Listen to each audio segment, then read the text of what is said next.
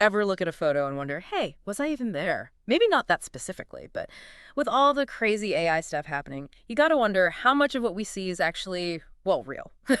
That's what we're diving into today. We're looking at this article, What is a Photo Anymore? By Joseph Raczynski. Catchy title, right? Hmm. He gets into how technology, especially AI, is like blurring the lines between a snapshot of reality and straight up fabrication and photography. It's fascinating, isn't it? For so long, we've viewed photography as this unbreakable link to the truth, a way to preserve moments exactly as they were. But now, Now it's like anyone with the right app can rewrite history, right? in a way, yes. Although, to be fair, even in the early days of photography, manipulation existed. Darkroom tricks, cropping, dodging, and burning photographers have always used these techniques. True, true. But it was more about like enhancing what was there, not creating something entirely new. Exactly. It was seen as part of the artistic process, enhancing the truth, not obscuring it. Okay, but what Raczynski's talking about is different. He uses the Google Pixel 9's Add Me feature as an example, which is wild. Basically, you can take a photo and the AI can analyze everything. The lighting, shadows, perspective, and seamlessly add someone into the scene like they were always there. It's amazing how it analyzes the way light would bounce off them, how their shadow would fall naturally. It's incredibly sophisticated. I know, right? I watched some videos online and it's insane how realistic it is. But that's also what's kind of scary. Exactly.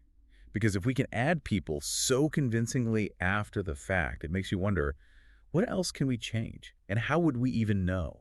Right. It's like suddenly seeing is no longer believing.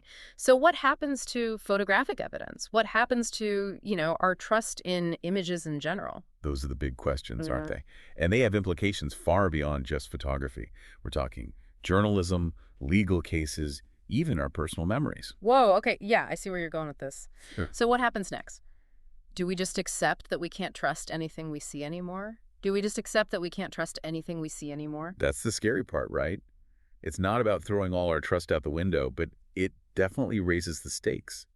Raczynski digs into a few potential paths forward, some more, shall we say, comforting than others. Okay, so walk me through it. What could this new world of photography look like? Well, one idea is actually pretty clever, shoring up our verification systems.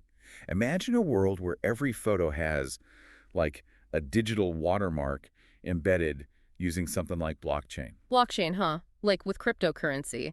So you'd have a way to track the photo's journey and see if anyone's messed with it. Precisely. Think of it like a digital chain of custody for photos.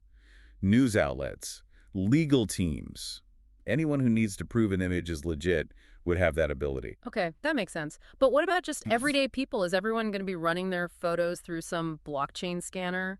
That's the catch. For this to really work, it'd have to be universally adopted. Every photographer, smartphone maker, social media platform, they'd all need to be on board, And that's optimistic, to say the least. to say the least, yeah.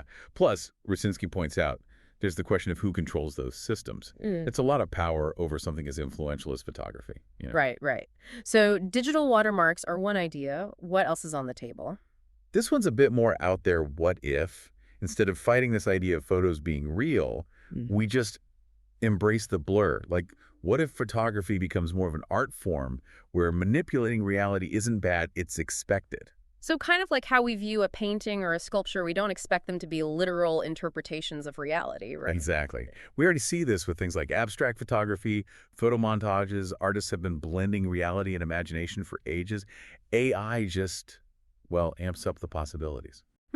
So it's like photography could become this whole new frontier for art, where the line between what's real and what's imagined is totally up for grabs. That's kind of cool. But then there's that other side of the coin, right? The whole what if this technology gets into the wrong hands thing. Yeah, Raczynski definitely doesn't sugarcoat that aspect. Mm. The potential for manipulation on a massive scale is very real. Imagine fake news, but with hyper-realistic photos or videos. It could be used to sway elections, you name it. And we've already seen how effective even simple manipulated images can be at spreading misinformation online, especially with how fast things go viral. It's concerning, for sure.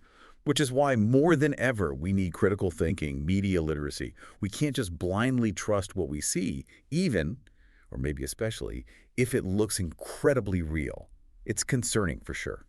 Which is why more than ever we need critical thinking, media literacy. We can't just blindly trust what we see, even, or maybe especially, if it looks incredibly real. So what do we do? Become like internet sleuths for every image that pops up on our feeds. It sounds daunting, but in a way, yeah. Raczynski's point is that we can't be passive consumers of images anymore. We need to engage with them actively, ask questions. Who created this? Why? What's the context? Does anything seem off? Like, if it's too good to be true, it probably is. That old chestnut. Exactly. And thankfully, there are tools to help with this. Reverse image search, for example, can tell you if a photo's been taken out of context or doctored.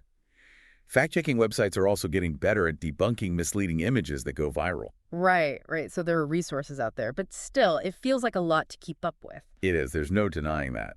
But I think what Raczynski is getting at is that this isn't just about spotting fake photos. It's about understanding that the very nature of photography, the way we relate to images, it's all changing. Okay, yeah, I see that. It's like we're being forced to confront the fact that photos have always been just one perspective, one interpretation of reality. But now, with AI, those interpretations can be, well, even more subjective. Precisely. And that's not necessarily a bad thing. It's just different. It's like how the printing press changed how we think about information, or how photography itself was once seen as this magical, even dangerous thing. We adapt, we learn, we figure out new ways to understand our world. So you're saying instead of freaking out about the death of truth and all that, we should see this as an opportunity. In a way, yes, it's a chance to become more critical thinkers, more discerning viewers of information. And who knows, maybe this will even spark new forms of creativity, new ways of using photography that we haven't even imagined yet. Okay, I like that focusing on the potential, not just the pitfalls. It's like every technological leap comes with its own set of anxieties, but it also pushes us to evolve, right? Exactly. And ultimately, it's up to us, all of us, to decide how this technology shapes our world. Will it be a tool for manipulation or for creativity? For division or for understanding? It's our responsibility to steer it in the right direction. That's a powerful thought to end on. Big thanks to Joseph Raczynski for the fascinating article and for sparking such a timely discussion. And to all of you listening, keep those minds sharp, those questions coming. And remember, just because you see it doesn't always mean it's true. Bro. Until next time.